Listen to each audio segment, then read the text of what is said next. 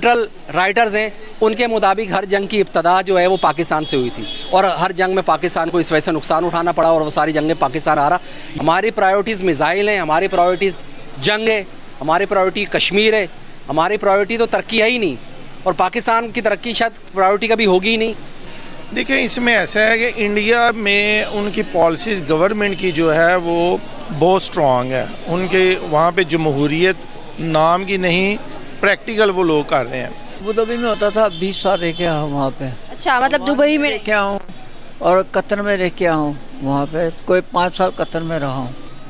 तो वहाँ पे हालात मैंने यही देखे हैं, जो हमारे पाकिस्तानी को ना वो इतना लाइक नहीं करते हैं जो इंडियन को ज़्यादा।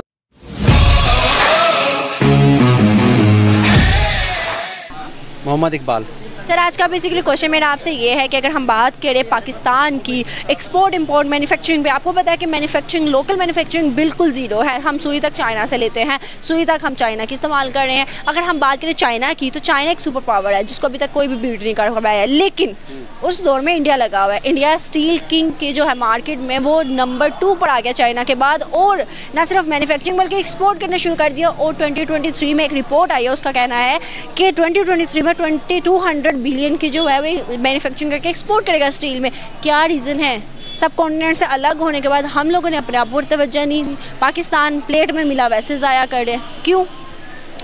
देखिए मैडम, मेरे ख्याल में ये जो आपका क्वेश्चन है ना, मैन्युफैक्चरिंग और लोकल मैन्युफैक्चरिंग हमारी है नहीं और हम जो है वो इंपोर्ट एक्सपोर्ट में भी बहुत पीछे रह गए।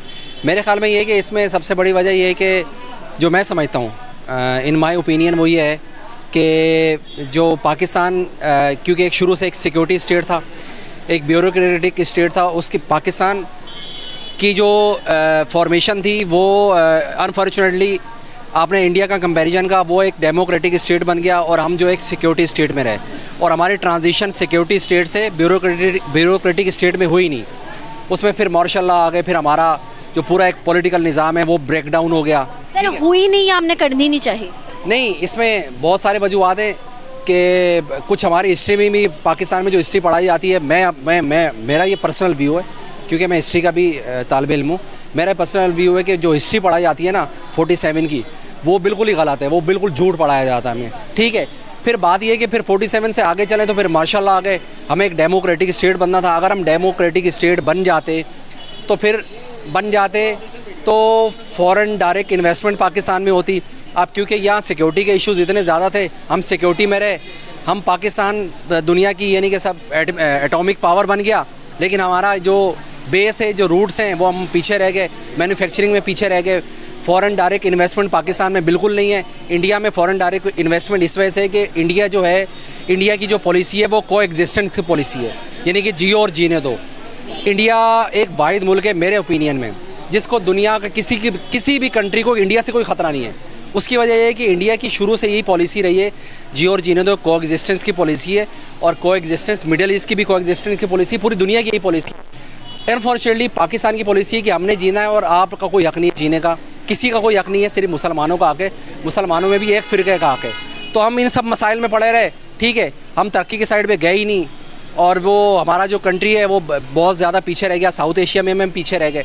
तो बात ये है कि अगर हम इंडिया की तरह, मैं सिर्फ इंडिया की कंपैरिजन कर रहा हूँ, मैं साउथ एशिया की नहीं कर रहा, अगर हम इंडिया की तरह पाकिस्तान की भी ये भी पॉलिसी बन जाए, अभी भी बन जाए, 2022-23 में बन जाए कि जियो और जीने दो, अगर ये बन जाए तो हमें foreign direct investment middle east से भी मिल सकती है, मुसलमान ममालिक से भी मिल सकती है, हमारी इंडस्ट्री ग्रो कर सकती है, हम एग्रीकल्चर में भी बहुत ज़्यादा आगे जा सकते हैं। हालांकि एग्रीकल्चर में भी गंदम हम इंपोर्ट करते हैं, बाहर से मंगाते हैं, चीनी हम बाहर से मंगाते हैं, आलू हम बाहर से मंगाते हैं, ठीक है। तो हम वजह यही कि हमारी जो पॉलिसीज़ हैं ना, पॉलिसीज़ जो है हमारी, वो हमारी सारी इनसिक्योरिटी पे बेस हैं।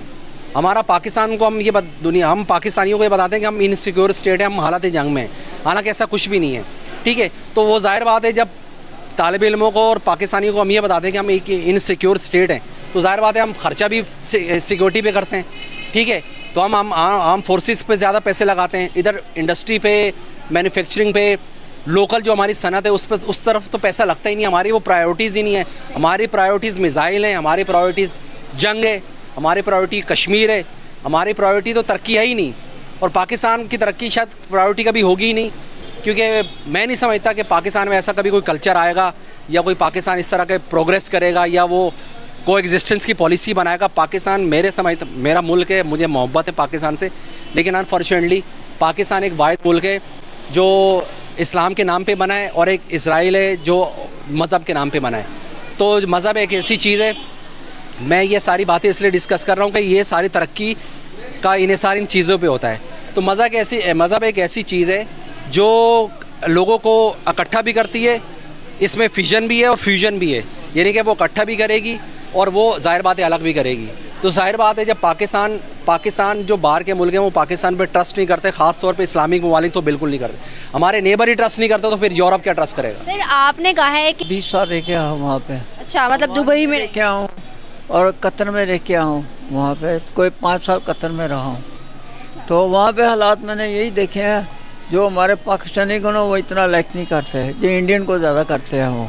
क्योंकि क्या वजह है जो इंडियंस को लाइक करते हैं? हमारे जो लीडर है ना, इनकी वजह से हो रहा है, सब कुछ हो रहा है। ये जो आके सपोर्ट नहीं पाकिस्तानियों को वहाँ पे करते आके कुछ, वो इंडियन जो एम्बेसी है ना वो सब उनके सपोर्ट करते हैं। एक उनका बिजनेस और एक उसकी तालीम भी ज़्यादा होती है, और ये पाकिस्तानी मेहनत करता है, उसको कोई मसाइल नहीं मिलते, वो आपस में ऐसा डिस्कस करते हैं, वो पाकिस्तानी को निकाल देते हैं, वो अरबियों के आगे चुगलियाँ लगाते हैं पाकिस्तानियों की, सब कुछ कर रहा। मैंने ज़िंदगी का मैं आपको निचोड़ बताता हूँ। पाकिस्तानी ऐसे हैं, पाकिस्तानी को दहशतगर्द ये वो बना के ना वो अपने उनको ना दिमाग का फेल कर लेते हैं उनका। सर अगर मैं बात करूँ, इस टाइम 5th लार्जेस्ट इकोनॉमी बन गई इंडिया की जो स्टील की प्रोडक्शन है, स्टील की जो वो है वो चाइना के बाद आ गई अब, और 2023 में कहा जा रहा है कि वो 200 मिलियन जो है स्टील मार्केट में वो गेन कर लेंगे। क्या लगता है कि चाइना के बाद आना इतना आसान थोड़ी है? नहीं, चाइना तो है, लेकिन उनकी जो इंडियन जो है बहुत ज़्यादा आ गया, चाइना से भी आ गया बहुत ज़्यादा। कैसे चलेंगे? उनके हर एक चीज़ यानी कि मशीनरी से लेके तमाम प्लांट ये वो हर एक चीज़ दुनिया की वो खुद बनाता है वहाँ पे, तो खुद सेल करता है वहाँ पे। उनके बड़े बड़े बिजनेस तो उनका है, सोने का बिजनेस उसका है, हर एक चीज़ का बिजनेस है। एक दुकान से स्टोर से सामान ले, पूरा 1 करोड़ रुपए का सामान ले लें वो आपको देंगे अपना। तो सर क्या वजह लगती है उनके पॉलिटिक्स जो है वो लॉयल हैं या अवाम उनके सही है? हमारे लीडर गलत है। सर अगर हम अपने लीडर की बात करें, कब हमें अच्छा लीडर मिलेगा जो पाकिस्तान का सोचेगा और पाकिस्तान भी उन कंट्रीज़ में शामिल हो पाएगा जिनका नाम है, पहचान है? वो यही है ना कि हमारे लीडर सही होंगे ना तो ये खुद ब खुद जाके उनसे डील करेंगे अपना जाके। वो पाकिस्तान ये तो जाते कोई नहीं, कोई बात ही नहीं करता वहाँ पे जाके, ये अपनी बस वो लेते हैं जाके, ज़कात ले आए, ये ले आए, वो ले आए, जाके लूट कर ले गए अपना। अब ये देखें ना, ये मैं कतर में था ये रमज़ान में पिछले, अब ये नायब का जो सदर था ना नवाज शरीफ के दौर का, वो लूट के लेके पाकिस्तान को लेकर चला गया। उसने क्या राडो कंपनी खोली है, राडको कंपनी खोली है कतर में। मैं हैरान हो गया, मैं कहा यार ये कहते ये नायब का सदर था पहले, इधर लूट के लेके आया, इधर कंपनी खोली है लोगों ने। एक खुद मुख्तार कौम बनने के लिए क्या करना चाहिए और क्या किया इंडिया ने जो वो आज एक खुद मुख्तार कौम बन गए? आपको मैं बार बार बोल रहा हूँ ना कि उनके लीडर सही हैं। हमारे लीडर सही होंगे तो मुल्क सही होगा, हमारे लीडर गलत है तो मुल्क कभी नहीं सही होगा। क्या हमें भी उन जैसे लीडर में से कोई एक लीडर चाहिए जो हमारे मुल्क को भी ऊपर उठाए? हाँ बिल्कुल, ये लीडर कोई अच्छा मिल जाए मुल्क के लिए तो हालात सही हो जाएंगे।